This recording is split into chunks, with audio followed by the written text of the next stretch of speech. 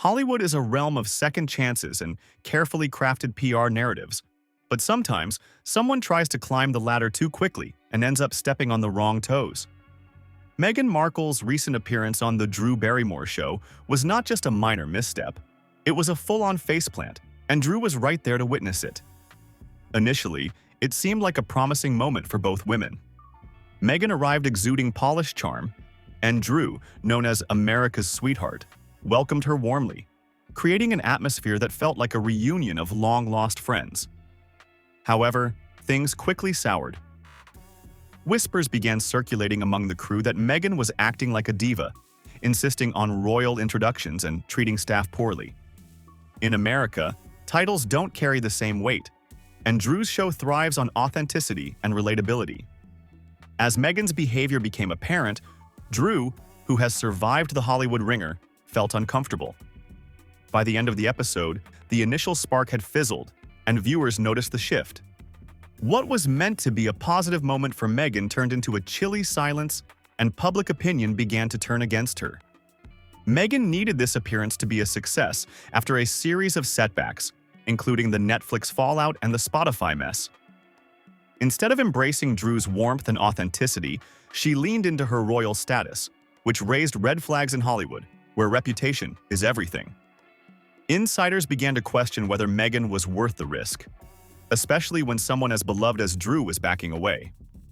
Rumors circulated about Meghan's insistence on titles and her dismissive attitude toward crew members. Such behavior is seen as radioactive in a space that values equality and respect.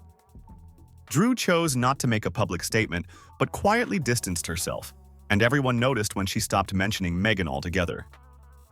As social media caught wind of the story, viewers who initially praised Meghan began to shift their tone. Comments flooded in, pointing out how uncomfortable the segment felt, with some suggesting she acted superior. Meghan's team attempted damage control, but the issue was deeper than misunderstandings. It was about energy and respect. The fallout didn't end with Drew. Meghan's behavior began to raise alarm bells in other circles: production companies, brand representatives, and event organizers. People who once viewed her as a fresh voice in entertainment now saw someone more concerned with status than connection. Even Meghan's lifestyle brand, American Riviera Orchard, faced criticism for being overpriced and out of touch. What was meant to be a comeback became a PR nightmare, with social media users mocking it and calling it the Great Wine Robbery. Critics pointed out that charging $22 a bottle for wine with a minimum order of 3 from someone perceived as unable to maintain friendships was a tough sell. For Drew, walking away wasn't personal, it was strategic. She has spent years building a career defined by warmth and likability, understanding that trust is fragile. One wrong alliance can undo years of goodwill, so she chose to protect her space, her name, and her legacy. Meghan, meanwhile, is learning that titles don't open doors in America like they do in castles.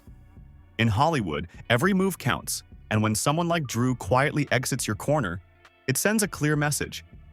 The industry is watching and taking notes. The lesson here is clear.